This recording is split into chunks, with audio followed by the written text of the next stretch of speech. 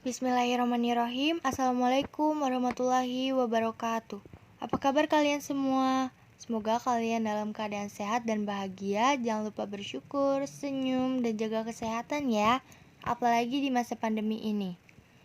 Kita harus senantiasa menjaga kesehatan, makan makanan yang bergizi, dan selalu mentaati protokol kesehatan.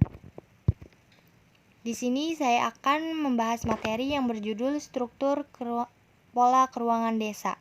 Oh iya, sebelum masuk ke penjelasan, di sini saya akan memperkenalkan diri saya terlebih dahulu. Perkenalkan, nama saya Amelika 12 IPS 2. Tujuan pembelajaran kali ini adalah diharapkan mampu menjelaskan struktur keruangan desa dengan benar dan menjelaskan perkembangan pola keruangan desa dengan benar. Yang pertama, ciri-ciri desa. 2. Potensi desa. 3. Klasifikasi desa. 4. Struktur dan pola ruang penggunaan lahan desa. 5. Permasalahan dan pengembangan desa. Pertama-tama yang saya akan bahas adalah ciri-ciri desa. Sebelumnya udah ada yang tahu atau dengar belum nih tentang ciri-ciri desa apa aja? Udah. Baik, jika ada yang belum tahu, saya akan menjelaskan. Desa didefinisikan sebagai kesatuan masyarakat umum yang memiliki batas wilayah yang berwenang untuk mengatur dan mengurus urusan pemerintah, kepentingan masyarakat setempat, hak asal-usul atau hak tradisional yang diakui dan dihormati dalam sistem pemerintahan negara kesatuan Republik Indonesia. Berikut ciri-ciri desa. Yang pertama adalah perbandingan lahan dengan penduduk. Jumlah penduduk desa bisa dikatakan lebih sedikit dibanding dengan penduduk yang tinggal di kota, sehingga lahan di desa lebih luas dan dapat dimanfaatkan untuk kegiatan lain seperti pertanian, perkebunan, peternakan, perikanan, dan lain-lain. Ciri desa yang kedua adalah lapangan pekerjaan dominasi di bidang pertanian. Sebagian besar penduduk bermata pencaharian sebagai petani. Pengaruh teknologi belum besar ini disebabkan minimnya pendidikan, tidak tersedianya lahan pekerjaan lain, lahan yang tersedia untuk pertanian masih luas, dan kemampuan turun-temurun di bidang pertanian. Ciri yang ketiga adalah hubungan kekerabatan masih erat. Kehidupan masyarakat desa masih berdasar atas kekerabatan dan kekeluargaan. Ciri yang keempat adalah tradisi yang berlaku masih dianut dengan teguh. Tradisi ini dipandang penting karena dianggap sebagai pedoman hidup dan bersikap dan berperilaku. Dan selanjutnya yang akan saya bahas adalah yaitu potensi desa. Di sini potensi desa terbagi menjadi 4, yaitu potensi sumber daya alam, potensi sumber daya manusia, potensi kelembagaan, potensi prasarana dan sarana. Oke, saya akan menjelaskan satu-satu. Yang pertama adalah potensi sumber daya alam. Yang pertama, lokasi desa.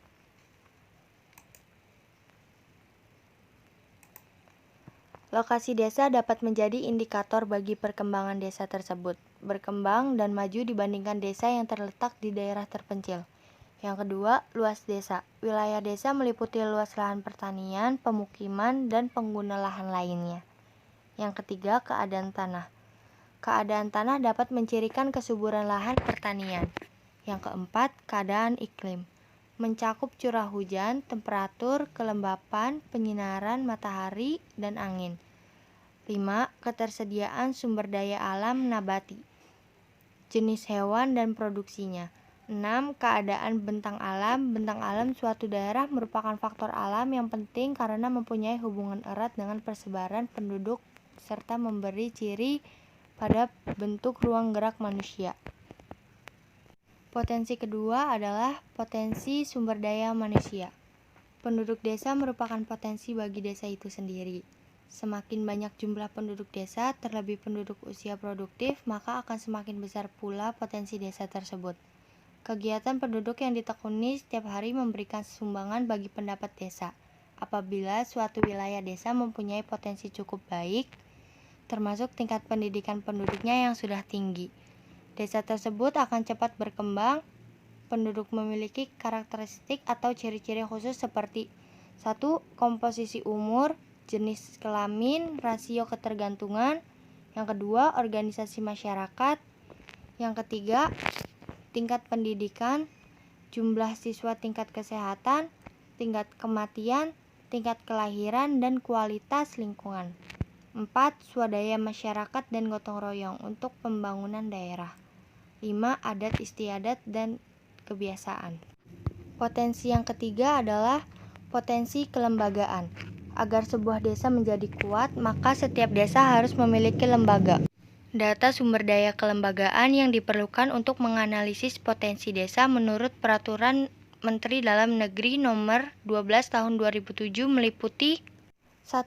Lembaga pemerintahan desa dan kelurahan. 2. Lembaga kemasyarakatan desa dan kelurahan. 3. Lembaga sosial kemasyarakatan. 4. Organisasi profesi. 5. Partai politik. 6. Lembaga perekonomian. 7. Lembaga pendidikan. 8. Lembaga adat. 9. Lembaga keamanan dan ketertiban. Potensi yang keempat adalah potensi prasarana dan sarana. Data prasarana dan sarana sebagaimana dimaksud dalam pasal 5 meliputi 1. Transportasi. 2. Informasi dan komunikasi. 3. Prasarana air bersih dan sanitasi. 4. Prasarana dan kondisi irigasi. 5. Prasarana dan sarana pemerintahan. 6. Prasarana dan sarana lembaga kemasyarakatan. 7. Prasarana kepribadatan olahraga. 8. Prasarana dan sarana kesehatan. 9. Prasarana dan sarana pendidikan. 10. Prasarana dan sarana energi dan penerangan. 11. Prasarana dan sarana hiburan dan wisata. 12. Prasarana dan sarana kebersihan. Berikutnya adalah klasifikasi data. Berikut adalah klasifikasi desa berdasarkan tingkat perkembangannya, yaitu swadaya, swakarya, swasembada. Bisa dilihat ya tabel ini. Saya akan membahas sedikit tentang desa swadaya, desa swakarya, desa swasembada, yaitu yang pertama desa swadaya. Desa swadaya adalah desa sebagian besar masyarakat memenuhi kebutuhannya sendiri. Desa ini umumnya terpencil dan masyarakatnya jarang berhubungan dengan masyarakat luar. Yang kedua, desa swakarya adalah desa yang keadaannya sudah lebih maju dibandingkan desa swadaya. Masyarakatnya sudah mampu menjual kelebihan hasil produksi ke daerah lain. Selain untuk memenuhi kebutuhan sendiri, interaksi dengan masyarakat luar sudah mulai tampak, walaupun belum terlalu sering.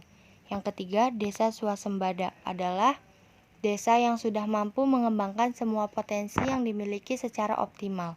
Hal ini ditandai oleh kemampuan masyarakatnya untuk melakukan tukar-menukar barang dengan wilayah lain, dan kemampuan masyarakat untuk saling mempengaruhi dengan penduduk di wilayah lain, dan hasil interaksi tersebut, masyarakat dapat menyerap teknologi baru untuk memanfaatkan sumber dayanya, sehingga proses pembangunan berjalan dengan baik. Berikutnya yang akan saya bahas adalah struktur dan pola ruang penggunaan desa. Yang pertama, berdasarkan lahan desa atau letak geografis. 1. Desa pedalaman. Desa-desa yang tersebar di berbagai pelosok yang jauh dari kehidupan kota.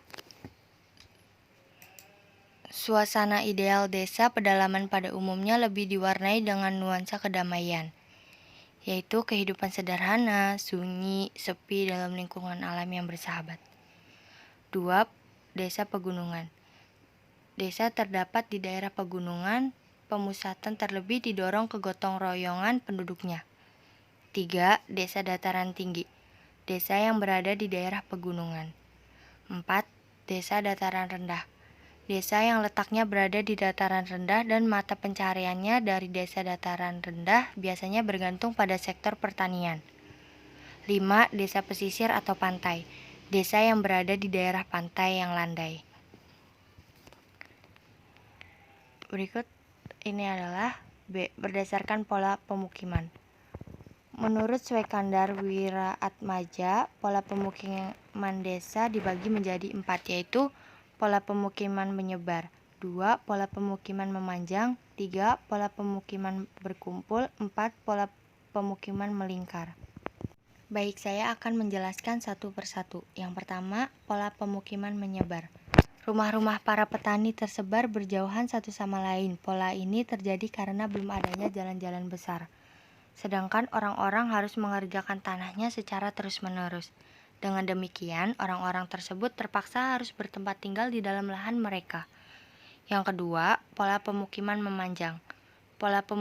Bentuk pemukiman yang terletak di sepanjang jalan raya atau di sepanjang sungai, sedangkan tanah pertaniannya berada di belakang rumahnya masing-masing. Yang ketiga, pola pemukiman berkumpul. Bentuk pemukiman di mana rumah-rumah penduduk berkumpul dalam sebuah kampung, sedangkan tanah pertaniannya berada di luar kampung. Yang keempat, pola pemukiman melingkar. Bentuk pemukiman di mana rumah-rumah penduduk melingkar mengikuti tepi jalan, sedangkan tanah pertaniannya berada di belakangnya. Selanjutnya, C. Berdasarkan kegiatan ekonomi. Yang ke-1, desa pesisir atau nelayan atau disingkatnya DNL. Desa pesisir adalah desa atau kelurahan termasuk nagari dan atau lainnya yang memiliki wilayah perbatasan langsung dengan garis pantai atau laut, atau merupakan desa pulau dengan corak kehidupan masyarakatnya baik tergantung maupun tidak tergantung pada potensi laut. Yang kedua, desa pesawahan atau disingkatnya dengan DPS. Desa yang bila sebagian besar penduduknya tergantung dari usaha pesawahan. Yang ketiga, desa perladangan atau disingkat DPL. Desa yang bila bagian terbesar penduduknya hidup tergantung dari usaha pertanian ladang, seperti Palawijaya atau padi atau hortikultural. Yang keempat, desa perkebunan atau disingkat DRS.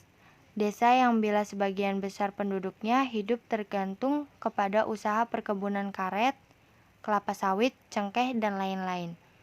Yang kelima, desa peternakan atau disingkat DPT. Desa yang merupakan desa di mana penduduknya mempunyai mata pencaharian sebagai peternak. Yang keenam, desa perdagangan atau disingkat menjadi DJP. Desa di mana orang-orang dari berbagai jurusan dapat bertemu satu sama lain untuk menjual dan membeli barang-barang yang dihasilkan masyarakat sehingga terjadilah pasar. Selanjutnya yang ketujuh, desa pertambangan atau disingkat DPJ. Desa yang tumbuh di dekat wilayah yang menghasilkan hasil-hasil pertambangan. Yang kedelapan, desa industri kecil dan kerajinan atau disingkat DIK. Desa yang mata pencaharian utamanya penduduknya adalah di bidang industri kecil kerajinan. Yang kesembilan, desa industri sedang dan besar atau disingkat DIB. Desa yang mata pencaharian utama penduduknya adalah di bidang industri sedang dan besar. Dan di sini saya akan menjelaskan materi yang terakhir, yaitu permasalahan dan pembangunan desa. Desa merupakan wilayah yang penting bagi kota apabila wilayah desa mengalami masalah kaitannya dengan produk pertanian. Perkebunan dan perikanan akan berpengaruh pada wilayah kota. Oleh karena itu, berbagai permasalahan yang ada di desa harus diselesaikan supaya pembangunan desa maupun kota dapat berjalan lancar. A. Permasalahan di desa. 1. Kaitannya dengan kondisi geografis. Kondisi geografis Indonesia yang berupa kepulauan merupakan potensi sekaligus masalah yang harus dihadapi bersama. Misalnya, distribusi penduduk yang tidak merata menyulitkan proses pembangunan. Sebagian besar desa yang tertinggal berada di lokasi berbukit dan terpencil seperti pulau-pulau yang jauh dari pusat pemerintahan. Yang kedua, kaitannya dengan kondisi masyarakat. Kemampuan penduduk desa dalam memenuhi hidupnya sangat bervariasi. Ada mampu memenuhi dan ada yang kurang mampu. Permasalahan tersebut seperti kurang gizi, distribusi tidak merata, penduduk jarang fasilitas pendidikan dan kesehatan rendah, dan kesadaran masyarakat yang minim. Yang ketiga, kaitannya dengan pemerintahan dan kelembagaan. Dari pemerintah desa, kabupaten maupun provinsi belum berfungsi sebagaimana mestinya. Kondisi ini ditambah dengan belum maksimalnya koordinasi pelayanan pemerintah dari pemerintahan terkecil sampai pusat. Dengan demikian, perencanaan pembangunan kurang maksimal, kebijakan yang diambil sulit diterapkan sehingga pembangunan terganggu. B. Upaya pembangunan desa. Upaya pemerintahan dalam mengembangkan desa adalah sebagai berikut. Yang pertama, menempatkan penduduk desa dalam kedudukan sebagai warga desa yang sebenarnya artinya dalam pembangunan tidak membedakan antara penduduk desa dengan penduduk kota. Semua penduduk merupakan sama sebagai warga negara Indonesia yang harus dilindungi dari aspek apapun. Yang kedua, menguasakan supaya corak kehidupan penduduk desa dapat meningkat. Yang ketiga, mengusahakan supaya penduduk desa dapat lebih kreatif, inovatif, dinamis, dan fleksibel dalam menghadapi tantangan yang ada. Mungkin cukup sekian materi yang dapat saya bahas. Apabila ada kekurangan dan salah kata, saya ucapkan mohon maaf sebesar-besarnya. Sekian dari saya, wabillahi taufiq wal hidayah. Wassalamualaikum warahmatullahi wabarakatuh.